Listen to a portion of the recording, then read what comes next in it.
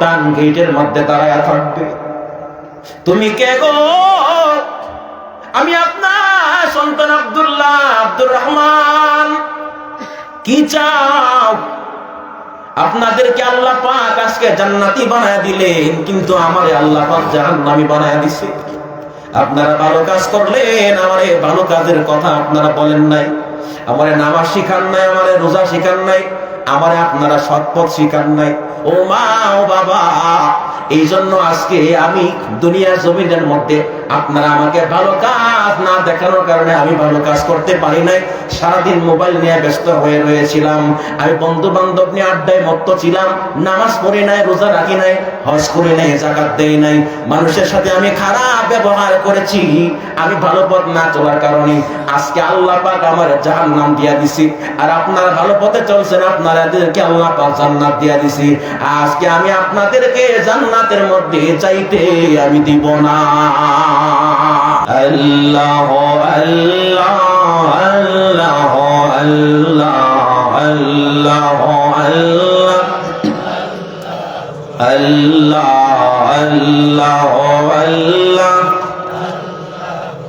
আল্লাহ আল্লাহ আল্লাহ ইয়া রহমান ইয়া আল্লাহ ইয়া রহিম ইয়া আল্লাহ ইয়া রহমান ইয়া আল্লাহ ইয়া রহিম লা ইয়া খালিক ইয়া আল্লাহ ইয়া মালিক ইয়া আল্লাহ ইয়া খালিক লা ইয়া মালিক ইয়া আল্লাহ আল্লাহ আল্লাহ আল্লাহ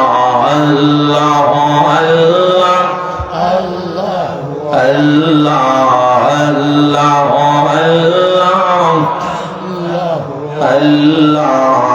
আল্লাহ সুবহানাল্লাহ ওয়ালহামদুলিল্লাহ লা ইলাহা ইল্লাল্লাহ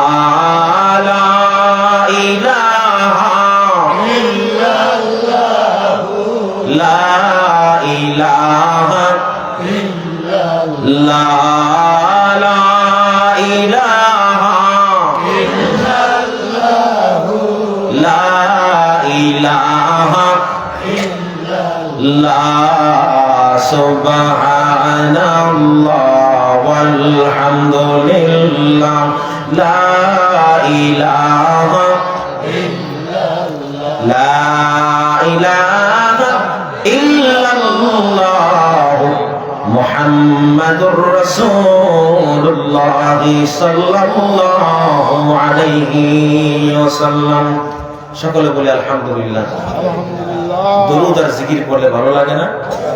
এখন আশা করি আপনাদের ভিতরে অন্যতম একটি প্রশান্তিময় কুদরত কাজ করতেছে, ঠিক না? ওয়াজ তো আমরা সবাই পারি, যত বেশি আল্লাহর জিকির করবে আপনার কলব তত বেশি পরিষ্কার হবে। আর কলব যদি পরিষ্কার হয়ে যায়, আপনার কাছে আর ওয়াজ শোনা লাগবে না, ওয়াজ করা লাগবে না, অটোমেটিকলি আপনি সৎ পথে আল্লাহ পাক আপনাকে চালিত করবেন, চালাবেন। সুবহানাল্লাহ। তো আমরা আলোচনায় ছিলাম সুদখোর ঘুষখোর কিভাবে মরে, মুমিন বান্দা কিভাবে মারা যায়, এটা আমাদের জানার দরকার আছে না?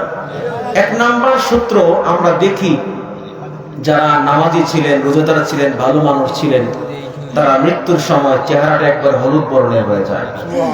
সুবহানাল্লাহ বলেন। আল্লাহ রাসূল বলেছেন, মুমিন বান্দার মৃত্যুর আরেকটি লক্ষণ হচ্ছে তাদের কপাল দিয়ে ঘাম বের হবে। সুবহানাল্লাহ। যাদের কপাল দিয়ে ঘাম বের হবে দেখবেন, বুঝবেন সেই বান্দারা, সেই ব্যক্তির মুমিন বান্দা। সুবহানাল্লাহ।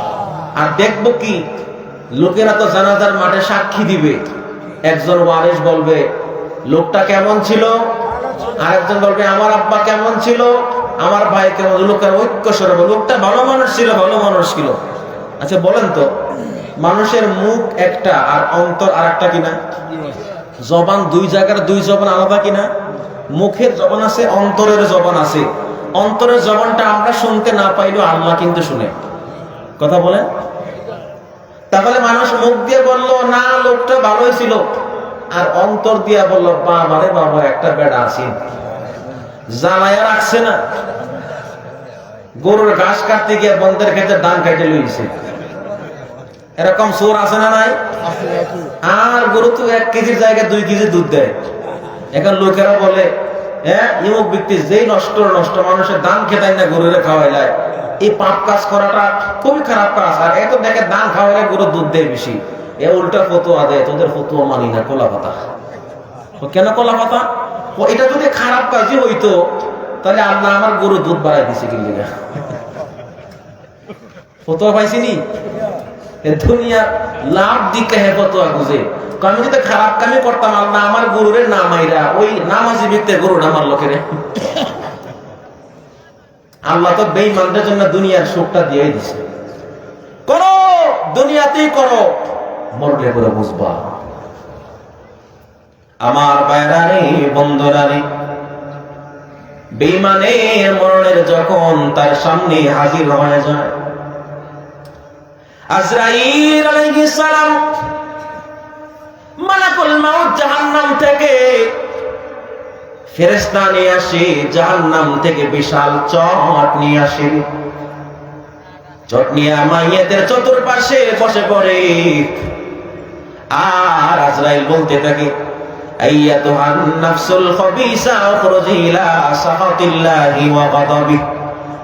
এ দুরাচার আত্মা, এ অপবিত্র আত্মা রে, বেরিয়ে আয় বেরিয়ে আয় আল্লাহর রাগ আর ক্রোধের দিকে বেরিয়ে আয়। বলেন নাউজুবিল্লাহ। আমার বাইরারে বন্ধুরারে, আজরাইল যখন একটা মানুষের মৃত্যুর সময় যে সংবাদ দেয়, এটা মিথ্যা সংবাদ হতে পারে না, এটা অবাস্তব সংবাদ হতে পারে না, বাস্তব সংবাদ হতে হয়ে যায়। কারণ মালাকুল মাউতকে আল্লাহ পাক রব্বুল আলামিন মুমিনের জান কবজ করার জন্য এক রকম রাস্তা দেখায়া দেয়, আর বেঈমানদের জান কবজ করার জন্য আরেক রকম রাস্তা দেখায়া দেয়। আমার ভাইরা, যখন এইভাবে আজরাইল আলাইহিস সালাম বিকট চেহারা নিয়ে তার সম্মুখে হাজির হয়ে যায়, ওই বেঈমান আত্মাগণ আসতে চায় না। তার পুরা দেহের ভিতরের মধ্যে বিভিন্ন জায়গার মধ্যে লুকোচুরি করতে থাকে। আত্মা বেরোতে চায় না, কারণ সে দেখে এখন বেরোলে আমার জন্য জাহান্নাম রেডি হয়ে আছে, জাহান্নাম রেডি হয়ে আছে। আজরাইল দেখবে আত্মা তার কথা আসতে চায় না গো। আজরাইল হাতটা বাড়ায় দিবে, হাত বাড়ায় দিয়া ওই ব্যক্তির দেহের ভিতরে হাতটা ঢুকাইয়া দিবে। তার আত্মারা যে জায়গার মধ্যে আছে এটাকে খুঁজাখুঁজি করতে থাকবে। আত্মারাকে ধরিয়া এমন ভাবে টান দিবে গো,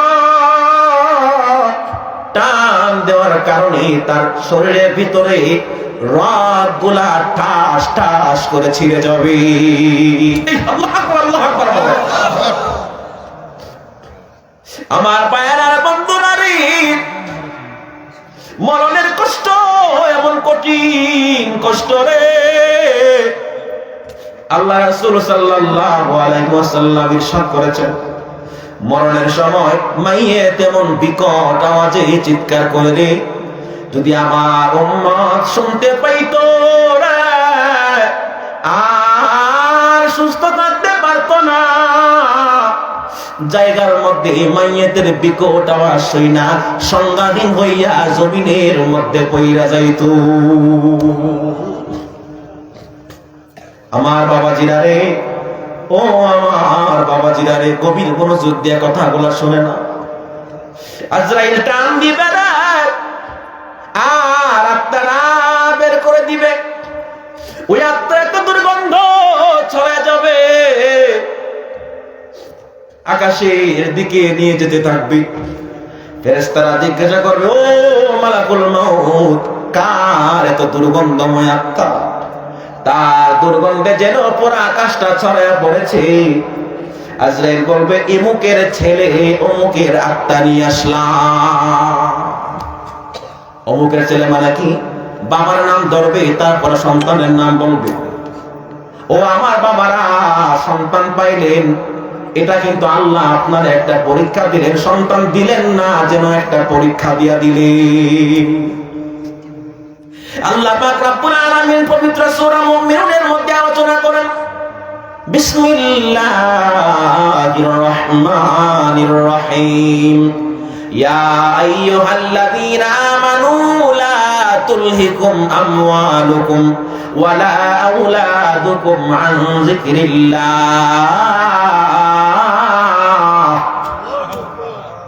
আমার আল্লাহ পাক বলেন গো, ও মুমিনরা রে, শুনিয়া নাও, তোমাদের ধন সম্পদ, তোমাদের সন্তান সন্ততি লা তুলহিকুম যেন দূরে সরায় না দেয় আন যিকরিল্লাহ, আল্লাহর জিকির থেকে যেন তোমাদের ধন সম্পদ তোমাদেরকে দূরে সরায় না দেয়।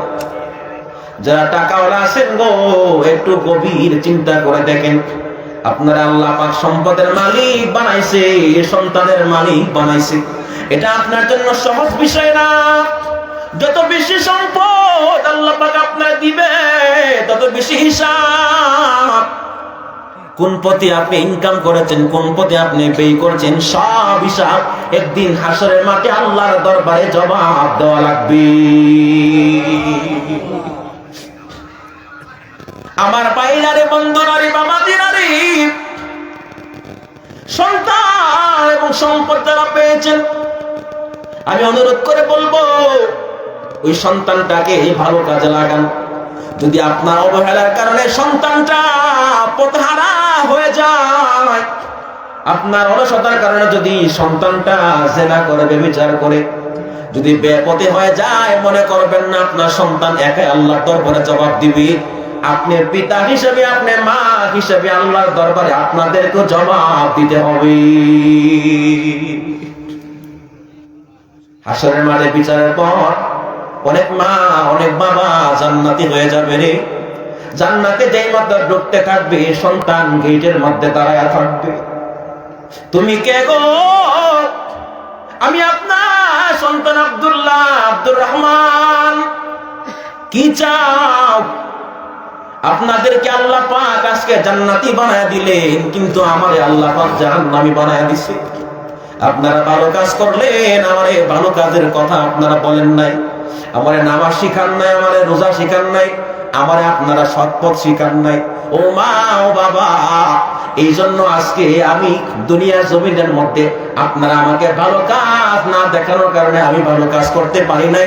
সারাদিন মোবাইল নিয়ে ব্যস্ত হয়ে রয়েছিলাম, আমি বন্ধু বান্ধব নিয়ে আড্ডায় মত্ত ছিলাম, নামাজ পড়ি নাই, রোজা রাখি নাই, হজ করি নাই, যাকাত দেই নাই, মানুষের সাথে আমি খারাপ ব্যবহার করেছি। আমি ভালো পথ না চলার কারণে আজকে আল্লাহ পাক আমার জাহান্নাম দিয়া দিছি। আর আপনারা ভালো পথে চলছেন, আপনাদেরকে আল্লাহ পাক জান্নাত দিয়া দিছি।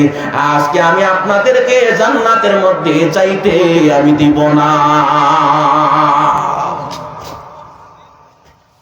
আমার কলিজার টুকরা মুসলমানেরা, সন্তান আল্লাহ পাক আপনাকে দিছে, মাত্র একটা দেহ বানায়া আপনাকে আল্লাহ পাক দান করছে। আর আপনাকে দায়িত্ব দিছে, ও পৃথিবীর মায়ারে, ও পৃথিবীর বাবারে, সন্তান পেয়েছো, সন্তানদের রাস্তা দেখাও, ভালো কাজ শিখাও, সন্তানের হক আদায় করো, সন্তানরে আল্লাহর ভয় দেখাও, সন্তানরে আল্লাহর ভয় দেখাইবা, ভালো পথ দেখাইবা। তুমি একদিন বৃদ্ধ হয়ে গেলেও সন্তান তোমার ভুলবে না, সন্তান তোমার বৃদ্ধাশ্রমে রাখবে না, সন্তান তোমার ঘর থেকে বের করবে না রে বাবা। সন্তানকে আপনি যেভাবে ছোটবেলায় আপনি লালন পালন করেছেন, কোলে আগলে রাখছেন, সন্তান যখন বড় হয়ে যাবে, আপনি যখন বৃদ্ধ হয়ে শিশুদের মতো হয়ে যাবেন, ওই তদ্রূপ সন্তান আপনাকে লালন পালন করবে, গোসল করায় দিবে, খাওয়ায় দিবে। বিনিময় ছাড়া দুনিয়াতে কিছু আসেনি রে বাবা। আল্লাহর ইবাদত করবেন, আল্লাহর জান্নাত আপনাকে দিয়া দিবে। আর আল্লাহর বন্দেগী করবেন না, আল্লাহর সাথে নাফরমানি করবেন, আল্লাহ আপনাকে দুঃসংবাদ হিসেবে জাহান্নাম আপনার দিয়া দিবে। আল্লাহ বান্দার জান্নাত দেয় না গো। বান্দা যখন ভালো কাজ করে আমার আল্লাহ তাকে ভালো কাজের বিনিময়ে জান্নাত প্রদান করে দেন। আর বান্দা যখন খারাপ কাজ করে সে জাহান্নামের দিকে আগাইতে থাকে। এই জন্য সন্তান বড় দামি সম্পদ।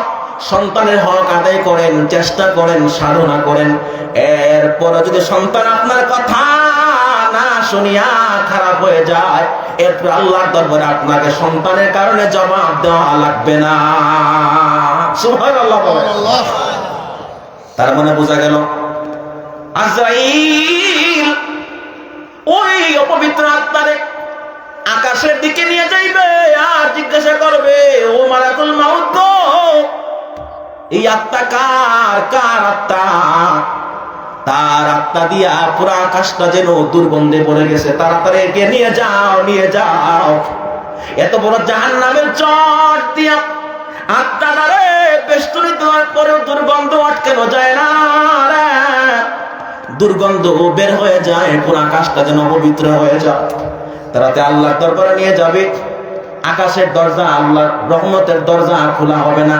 আল্লাহ বলবেন, যাও যাও, তাকে সিজ্জিনের মধ্যে নিয়ে যাও। সিজ্জিন কি? সিজ্জিন হলো জাহান্নামের একেবারে তলদেশ।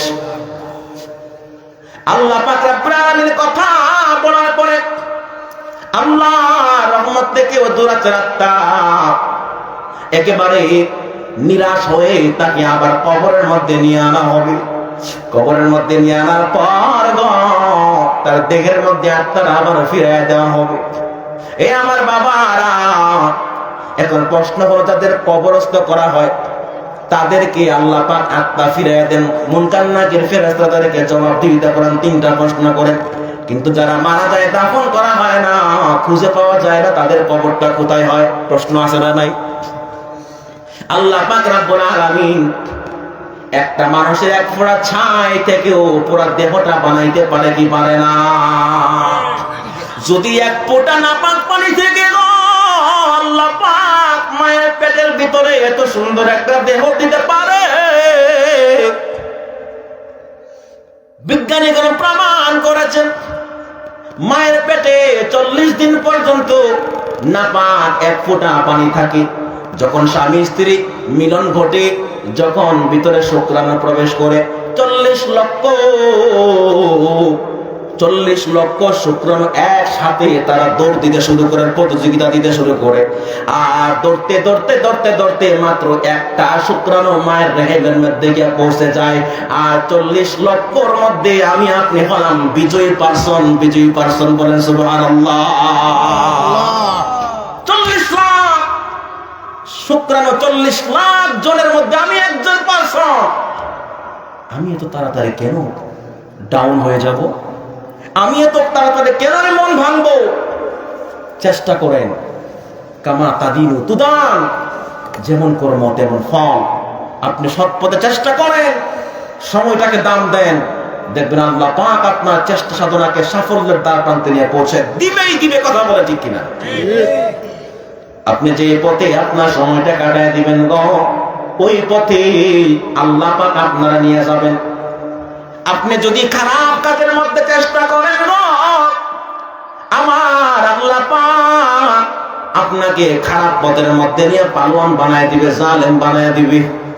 আপনারা দেখলে লোকেরা ভয় পাবে, আপনারা দেখলে লোকেরা ভয় পাইয়া আপনারা সালাম দিবে। আর আপনি ভালো কাজ করবেন, সৎ পথে চলবেন, আল্লাহর জিকির আজকার করবেন। আল্লামা ফুলতলে সাকিব রাহমাতুল্লাহি আলাইহির মতো হাজার কোটি মানুষের হৃদয়ের স্পন্দনের মধ্যে আপনি হয়ে যাবেন।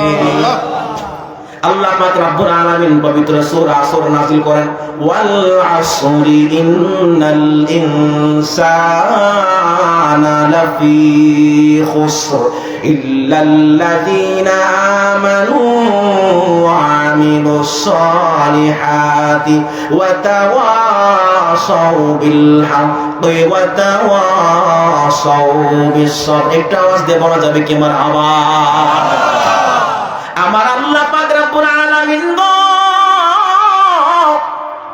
এই সূরার মধ্যে ভালো কাজের রাস্তা দেখায়া দিয়েছেন। আল্লাহ পাক সময়টার কসম খেয়েছেন, সময়ের আল্লাহ পাক শপথ করেছেন, সময়ের শপথ, ইন্নাল ইনসানা লাফি খুস, নিশ্চয় সব মানুষ ক্ষতিগ্রস্ত, সব মানুষ জাহান্নামী, ইল্লাল্লাযিনা, তবে তারা নয় যারা আমানু, ঈমান এনেছে, ওয়া আমিলুস সালিহাত, ভালো কাজ করেছে, সৎ কাজ করেছে, ওয়া তাওয়াসাউ বিল হাক্কি ওয়া তাওয়াসাউ বিস সাবরি, ভালো কাজের পরামর্শ দিয়েছে, ভালো কাজের উপদেশ দিয়েছে, ওয়া তাওয়াসাউ বিস সাবরি, এবং ধৈর্য ধরার উপদেশ দিয়েছে, ধৈর্য ধারণ করেছে। ঈমান আনয়ন যারা করে, সৎ কাজ যারা করে, ভালো কাজের আদেশ দেয়, ধৈর্যের আদেশ দেয়, আল্লাহ পাক এই চারজন মানুষদেরকে ঈমানদার হিসেবে, মুমিন হিসেবে গণ্য করেছে। সুবহানাল্লাহ। আমার ভাইরা রে, বন্ধুরা রে, ও মুসলমান ভাইরা, আজরাইল তার আত্মাটাকে দেহের মধ্যে ফিরিয়ে দেবে, প্রশ্ন করবে, মুনকার নাকির দুইজন ফেরেশতা আল্লাহ পাক কবরের মধ্যে পাঠায়া দেন। একজন হলো মুনকার, একজন হলো নাকির, দুইজন ফেরেশতা কবরের মধ্যে তাকে উঠায় বসাবে এবং প্রশ্ন করবে, মান রব্বুকা, তোমার রব কে, ওমান দীনুকা, তোমার দিন কি, ওমান নাবিয়ুকা, তোমার নবী কি।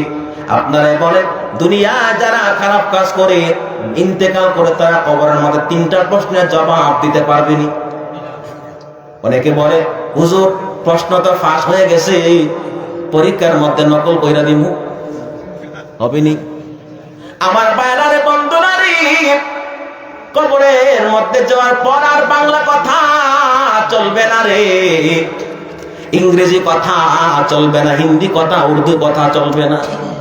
কবরের মধ্যে যাওয়ার পর অটোমেটিকলি বান্দাদের জবান থেকে আরবি ভাষা শুরু হয়ে যাবে। আরবি ভাষা বলতে পারে না গো, কোরআনও পড়তে পারে না, রিডিংও পড়তে পারে না, বানানও পড়তে পারে না, কিন্তু কবরের মধ্যে যাওয়ার পর অটোমেটিকলি আরবি দিয়ে কথা বলতেছে। বেঈমান যে হেও আরবিতে কথা বলবে, মুমিন যে সেও আরবিতে কথা বলবে। ফেরেশতারা প্রশ্ন করবে, ও আল্লাহর বান্দা, মার রব্বুকা, তোমার রব কি, ওমান দীনুকা, তোমার দিন কি। প্রত্যেকটা প্রশ্নের জবাবে সে বলবে, লা আদরি, লা আদরি। ওরে 3.5 হাত মাটির ঘর, কারো আপন কারো পথ, কারো আবার ফুলের বাগান, কারো বা হবে জাহান্নাম। ঠিক কিনা বলেন? ওরে 3.5 হাত মাটির ঘর, কারো আপন কারো পথ, কারো আবার ফুলের বাগান, কারো বা হবে জাহান্নাম। আমল নামা সেদিন তোমার হবে ঘরের বাতি, আমল নামা সেদিন তোমার হবে ঘরের বাতি। ওই কবরে যেতে হবে, থাকবে না কেউ। আরে বলেন না, ওই কবরে যেতে হবে, কাফন আমার আপন, কবর আমার ঘাটি। ওই কবরে যেতে হবে, থাকবে না কেউ, ওই কবরে যেতে হবে। আমার বাইরারে বন্ধুরা রে, মুনকার নাকির প্রশ্ন করবে, প্রশ্নের জবাব দিতে পারবে না, রাত্রি রাত্রি বলবে। আল্লাহকে এটাও চিনবে না, নবীকে এটাও চিনবে না, তার দিন কি এটাও চিনবে না। যখন এই কথা বলবে, আল্লাহ পাকের গায়েবী আওয়াজ আসবে, আমার বান্দা 1 নম্বরে মিথ্যা কথা বলতেছে, তার কবরটাকে জাহান্নামের গাড়া বানায় দাও। ফেরেশতারা আল্লাহ পাক রব্বুল আলামিন কবরকে অর্ডার দিবে, রে কবর, তুমি তোমার মাটি একত্রিত হয়ে যাও রে। কবরের মাটি দুই দিক থেকে এমন একটা চাপ দিবে গো, ওই চাপের কারণে বেঈমানের এক পাজরের হাত আরেক পাশে গিয়া মিশে যাবে। বাবারে আমার, কবরের জীবনটা বড় কঠিন জিন্দেগি রে। ওই কবর থেকে কিয়ামত পর্যন্ত কোটি কোটি কোটি কোটি বছর তোমাকে পার করে দিতে হবে। আমার যুবক ভাইরা রে, বন্ধুরা রে, ও যুবক ভাইরা, যুবক বয়সটা আনন্দ উল্লাস কাটায় দেওয়ার বয়স করে আমার বাইরে, দুইটা হাতে ধরে পায়ে ধরে রে ভাই। যুবক বয়সে যে শক্তি পাওয়া যায় আল্লাহর ইবাদত করা, বৃদ্ধ হলে কিন্তু এই শক্তিটা আল্লাহর ইবাদত করা শক্তি পাওয়া যায় না। তোমার মতো কত যুবক অ্যাক্সিডেন্ট করে মরে, মোটরসাইকেলের দিনকে দিন অ্যাক্সিডেন্ট করে মারা যায় রে। আর মৃত্যু যার জীবনে একবার চলে আসে আর পৃথিবীতে ফিরে আসতে পারে না। আমার ভাইয়েরা রে, বন্ধুরা রে, আল্লাহ বলবেন কবরকে, কবর দুই মাটি একত্রিত হয়ে যাও। এমন ভাবে চাপ দেবে মাটি একত্রিত হয়ে গিয়া ওই বান্দার হাড়গুলোকে চুরমার করে দিবে। আবার তারা চিন্তা করা হবে দুনিয়াতে কোন কাজ করেছিল, কাজ অনুযায়ী কিয়ামত পর্যন্ত তার কবরের মধ্যে আযাব হয়ে যাবে, আযাব হতে শুরু হয়ে যাবে। জাহান্নাম থেকে একটা দরজা খুলে দেওয়া হবে, জাহান্নাম থেকে জাহান্নামের দুরাবাস, কষ্টের আবাস, গরমের তাপ তার কবরের মধ্যে আসতে থাকবে। আগুনের বিছানা বিছায়া দিবে গো। ওই বান্দা চিৎকার করে বলবে, হায় হায় আমি কি করলাম, দুনিয়াতে কেন আমি নামাজ পড়লাম না, দুনিয়াতে কেন আমি ভালো কাজ করলাম না রে, আমি দুনিয়াতে কেন মা বাবার কথা শুনলাম না, মা বাবার খেদমত আমি কেন করলাম না, টাকা থাকতে আমি হজ কেন করলাম না, যাকাত কেন আমি দিলাম না। আমার ভাইরা রে, বন্ধুরা রে, এইভাবে চিৎকার করে বলবে, আয় হায় আল্লাহ, কিয়ামত যেন তাড়াতাড়ি হয়ে যায়, কবরের আযাব সহ্য করতে পারবে না, কিয়ামত যেন হয়ে যায়। সে কিয়ামত হওয়ার দোয়া করে নিবি, কারণ তার ভিতরে একটা আশা থাকবে আমি দুনিয়াতে এই ভালো কাজগুলো করেছিলাম।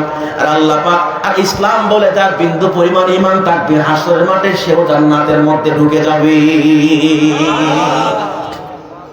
কিন্তু যার যার খারাপ কাজ অনুযায়ী কবরের জিন্দেগিটা আযাবের মধ্যে কাটায় দিবে গো। ও আমার বাবারা রে, এইভাবে তারে কিয়ামত পর্যন্ত আযাব দিতে থাকবে। আর যখন মুমিন বান্দার মৃত্যুর সময় চলে আসে, আল্লাহ পাক রব্বুল আলামিন সূরা ফজরের মধ্যে আলোচনা করেন, বিসমিল্লাহির রহমানির রহিম,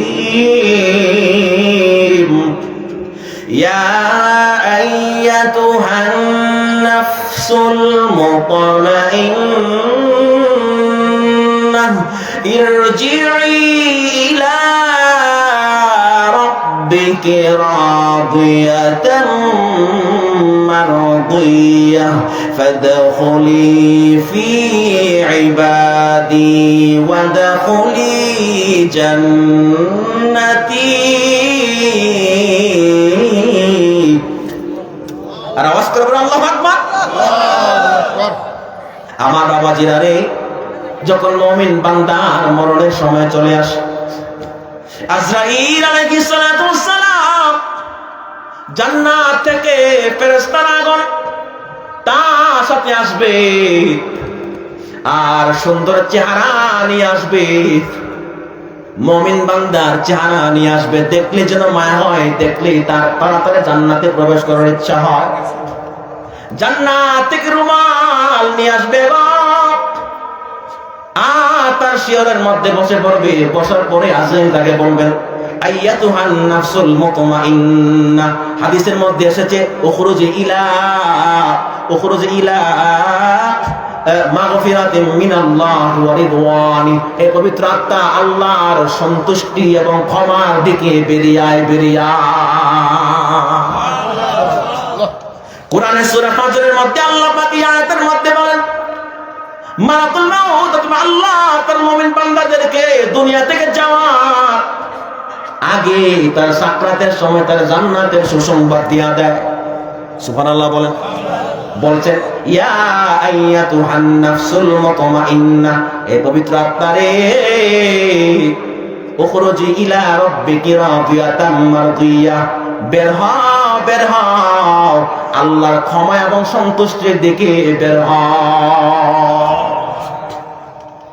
আমার বাইরের বন্ধুরা, শুধু তাই নয়, তাই নয়, এরপরে আবার সুসংবাদ প্রদান করে আমি যখন ওই দিকে আসতে লাগলাম, গাড়ি থেকে আওয়াজ শুনলাম আমার এক ভাই তেলাওয়াত করতেছেন, এই আয়াতটা তেলাওয়াত করতেছে। এরপর গুরুত্বপূর্ণ আয়াত, যেহেতু বেঈমান আর মুমিনের মৃত্যুর খবরটা আমি আপনাদেরকে জানাই দিতেছি, আমার মনে হয় এই আয়াতের তর্জমাটা আমাদের ভালো করে বোঝার দরকার আছে। এরপরে বলতেছেন, প্রথমে আল্লাহর সন্তুষ্টি সুসংবাদ দিল, আল্লাহর ক্ষমা সুসংবাদ দিল। এরপরে বলতে ফাদখুলি ফি ইবাদি, আল্লাহ ওই সকল বান্দাদের কাতারের মধ্যে তুমি চলে যাও, যে আল্লাহ বান্দা, যে আল্লাহ যে বান্দাদের উপরে একেবারে সন্তুষ্টি হয়ে গেছে। আল্লাহু আকবার, আল্লাহু আকবার। আমার বাবাজিরা, মরণের আগে মুমিনরা জান্নাতের খবর পায়, আর বেঈমানরা জাহান্নামের দুঃসংবাদ পায়। এইভাবে এই জন্য আমরা দুনিয়ার জিন্দেগি, আর দুনিয়া ও মাসরাতুল আখিরাহ, দুনিয়ার জিন্দেগি বড় জিন্দেগি না, দুনিয়ার জিন্দেগি ভালো জিন্দেগি না। আর দুনিয়া ও সিজনুল মুমিনিন, দুনিয়াটা হচ্ছে মুমিনের জেলখানা। এই দুনিয়ার যত বেশি ভালো কাজ করতে পারবা, কবরের জন্য ভালো করতে পারবা, যত খারাপ কাজ করবা, কবরের জন্য তত খারাপ আপনার জন্য রেডি আছে। ওই পবিত্র আত্মাকে আল্লাহ পাক রব্বুল আলামিন প্রথমে সংবাদ দেন, ফাদখুলি ফি ইবাদি, আমার ওই সকল বান্দাদের মধ্যে শামিল হয়ে যাও, যে বান্দাদেরকে আমি কবুল করে নিয়েছি, জান্নাতের মধ্যে পাঠায়া দিয়েছি। ওয়াদখুলি জান্নাতি, আর আমার জান্নাতের মধ্যে তুমি প্রবেশ করে যাও। দান সাদাকা করলে আপনার ব্যাংক ব্যালেন্স হবে, বলেন দুনিয়ায় না আখিরাতে? আখিরাতের ব্যাংক ব্যালেন্স আমাদের দরকার আছে না নাই? একটু আগে তো বললাম, কবরের একমাত্র বাতি হবে আপনার আমল নামা, আপনার ভালো কাজ। আপনি আজকে 10 বছর আগে যে জমিটা, যে টাকা দিয়ে কিনলেন, 10 বছর পরে কিন্তু জমিটা ডাবল চাইতে ডাবল দামে বিক্রি করতেছেন। কথা বলেন, আগে মানুষ 1000 টাকা দিয়ে 1 বিঘা জমি কিন্তু ওই জমি আজকে লক্ষ লক্ষ টাকা বিক্রি করতেছে। দাম বাড়ছে না কমছে? আপনি আল্লাহ রাস্তার দান করবেন, বলে আল্লাহ পাক আপনার দান রে বাড়াইবে না কমাইবে? তার দান করবেন বেশি বেশি, খাইবেন কম, দান করবেন বেশি, আপনার জন্য লাভ। আপনার নিজের ব্যাংক ব্যালেন্স, নিজের আমল নামা নিজে রেডি করেন। দুনিয়া থেকে যাওয়ার পরও কারো দোয়া লাগবে না, কিন্তু আল্লাহ পাক সিস্টেম করে দিয়েছেন, অন্য সিস্টেম। যত মুমিন বান্দা, যত আল্লাহর ওলি, মুমিন বান্দারা না চাইতে তার জন্য দোয়া করে। কথা বলেন ঠিক কিনা?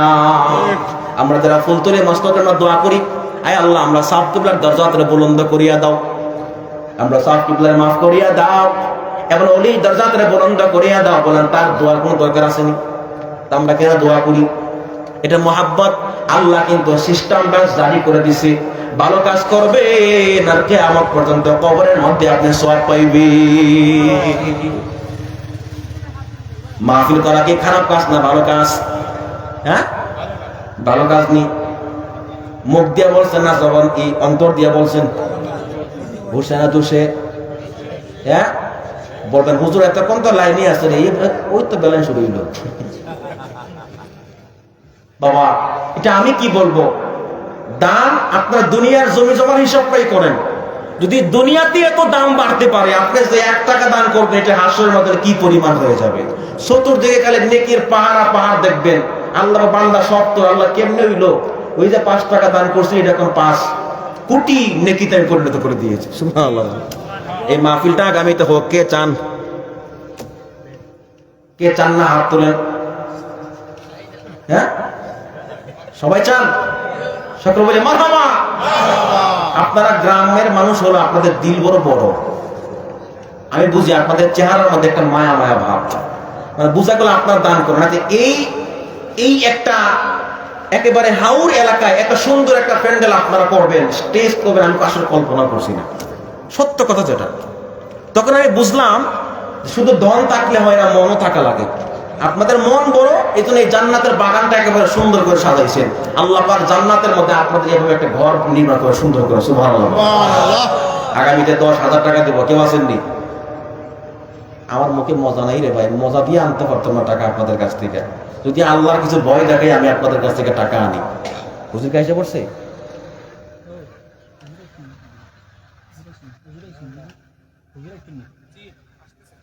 আসতেছে, আজ আমার কপালে আছে বুঝছি। সেই 6টা থেকে শুরু হইল, 9টা বাজতেছে। হাদিয়া কিন্তু 5,000 বাড়ছে, কিন্তু হিসাব রেখে না। এখানে আবার কালেকশন করাইতেছে। 10,000 কেউ দিবেন? আছেন কেউ? যে হুজুর আমার আখিরাতের ব্যাংক ব্যালেন্সের জন্য আমি 10,000 টাকা আগামী বছরের জন্য। এবার তো না, 365 দিন। এমন হতে পারে আপনার তৌফিক নাই, লেখাই দিয়েছেন নিয়ত ভালো কইরা, আল্লাহ পাক এই 10,000 টাকা 10 লক্ষ টাকা দেওয়ার মতো তৌফিক আল্লাহ পাক আপনাকে দিতে পারেন। পারেন কি পারেন না? বিশ্বাস আসেনি আল্লাহর উপরে? আমি একটা হাদিসে পড়েছি, আল্লাহ পাক সৃষ্টির প্রথম থেকে একেবারে শেষ পর্যন্ত যত বান্দা আল্লাহ পাক তৈরি করছেন, যদি সবার চাহিদা আল্লাহ পাক একবার মিটাইয়া দেন, আচ্ছা বলেন তো, মানুষের চাহিদা পূরণ করার মতো এই পৃথিবীতে কেউ আসেনি? মানুষের ফ্যাট দুনিয়া থেকে বড়, এ যত পায় তত চায়। ফ্যাক্টরির মালিক একটা, দিছে আর একটা, ও না এটা হইব না, আর একটা লাগবো, দিতে দিতে পরে আপনি এলাকা ঘুরে লাইছে, এরপর তার শান্তি হয় না। কথা বলে আসে না নাই? মানুষের চাহিদা যদি পৃথিবীতে পূরণ না করতে, আল্লাহ বলছেন না না না, আমি আমার বান্দার সব চাহিদা পূরণ করার পরেও আটলান্টিক মহাসাগরে মাত্র সুই পরিমাণ পানি নিলে যতটুকু কমে ততটুকু কমে। সুবহানাল্লাহ বলবেন না? তাহলে আল্লাহ আপনাকে দিতে পারে, এই বিশ্বাস অন্তরে থাকতে হবে।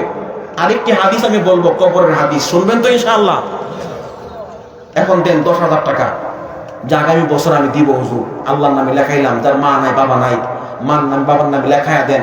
আপনার মা আপনার বাবা আপনার জন্য কত কষ্ট করেছে, আপনাকে লালন পালন করেছে, এখনো দিনটা কত সুন্দর, ডাইপার পরায়, সন্তানের পিছনে এত কষ্ট করা লাগে না।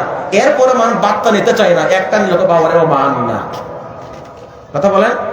আগের দিন 10 জন 12 জন 14 জন 15 জন পালছে, খাওয়াইতেছে তো। ধান ভাঙানোর মেশিন ছিল না আমাদের এলাকায়, বলে গাইল সিয়া। আপনি তাহলে কি বলে? গাইল সিয়া বলে।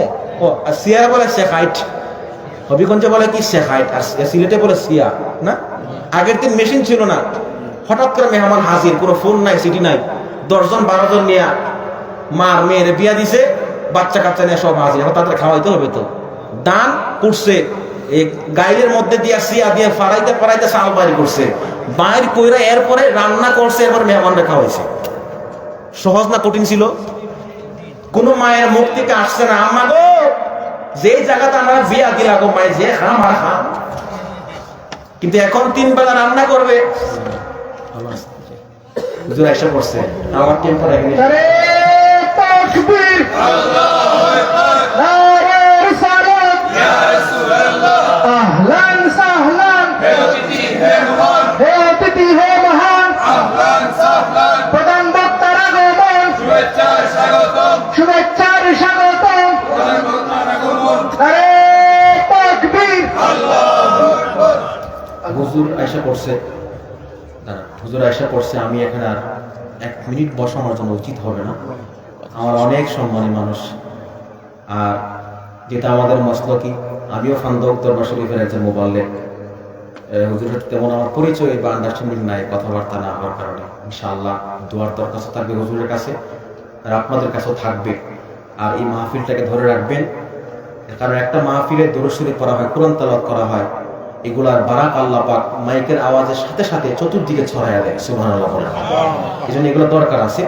আর আমি এই মুহূর্তে যা কিছু বললাম এতক্ষণ সময়, মাগরিবের পর থেকে ভুল বেয়াদবি ক্ষমার দৃষ্টিতে দেখবেন। আর আমলের নিয়ে যা কিছু বলেছি, আল্লাহ পাক যেন আমাকে এবং আপনাদেরকে আমল করার তৌফিক দান করেন। সকলে বলি আল্লাহুম্মা আমিন। ওয়া আখিরু দাওয়ানা আলহামদুলিল্লাহি রাব্বিল আলামিন। আসসালামু আলাইকুম ওয়া রাহমাতুল্লাহি। আমিন। اللهم صل على محمد وعلى آل سيدنا محمد صلاة دائمة مقبولة تؤدي بها عنا حقه العظيم. رب ارحمهما كما ربياني صغيرا. اے اللہ আমার আইনের মায়ে কালাম নাই, তোমার মায়ের বান্দাদেরকে নিয়ে কিছু সময় কাটাইলাম রে মালিক। যা কিছু বললাম ভুল বেয়াদবির মাফ করিয়া দাও। যা হাদিয়া মঞ্জুর করেছো তোমার প্রিয় হাবিব সাল্লাল্লাহু আলাইহি ওয়াসাল্লামের খেদমতে কবুল আর মঞ্জুর ফরমাও। আয় আল্লাহ, এই মাহফিলের উসিলায় আমাদেরকে মাফ করিয়া দাও। আমরা জিন্দা মুর্দা তামাম রে মাফ করিয়া দেও রে আল্লাহ। ও মালিক, আমরা বড় আশা করিয়া তোমার দরবারে হাত উঠাই। তুমি মালিক ছাড়া আমাদের আর কোনো মালিক নেই রে আল্লাহ। কিন্তু আমরা গোলাম ছাড়া তোমার আর গোলাম আছে। তুমি তো বলেছো লা তাকনাতু মির রাহমাতিল্লাহ। হে আল্লাহ, আমরা তোমার রহমতের ভাগীদার, আমাদেরকে রহমত থেকে বঞ্চিত করিও না রে বাড়ি। এখানে যারা যারা হাত বাড়াইলেন তামামের হাতগুলো তোমার জিম্মায় হাওলা করলাম। তারা কি চায় রে মালিক? পৃথিবীর কেউ না জানলেও তুমি জানো, তুমি দেখো। প্রত্যেকের তামাম চাওয়াগুলো নেক বানায়া কবুল আর মঞ্জুর ফরমাও। আয় আল্লাহ, আমাদেরকে আখিরাতের ব্যাংক ব্যালেন্স করার তৌফিক দাও রে মালিক। কবরের সামান তৈরি করার তৌফিক দাও। এই এলাকার প্রত্যেকটা কবরকে গরিব রহমত ফরমাও। প্রত্যেকটা কবরের জান্নাতের বাগান বানায়া দাও। আমাদের মুর্শিদুনা আল্লামা ফুলতলি সাহেব রাহমাতুল্লাহি আলাইহি দরজাত রে বুলন্দ করিয়া দাও। সরসিনা সোনাকান্দা ফুলতলি ফান্দাউস সিলসিলায়ে জনপুর বদরপুরের তামাম বুজুর্গান দিন যারা যারা মাটির বাসিন্দা হয়ে গেছেন তামামের দরজাত রে তুমি বুলন্দ করিয়া দাও। তামামের রুহানি ফয়েজ দে আমাদের ফয়েজিয়াত করিয়া দাও। বিশেষ করে আল্লাহ, এই মাহফিলের যে সংগঠন আল্লাহ প্রত্যেকটা সদস্য ভাইদেরকে তোমার জিম্মায় হাওলা করলো, তাদেরকে তোমার ওলি বানায়া দাও। ওয়াফাওয়িযু আমরি ইলাল্লাহ, ইন্নাল্লাহা বাশীরুম বিল ইবাদ। হাসবুনাল্লাহু ওয়া নি'মাল ওয়াকিল, নি'মাল মাওলা ওয়া নি'মান নাসীর। ওয়া সালামুন আলাল মুরসালিন ওয়ালহামদুলিল্লাহি রাব্বিল আলামিন।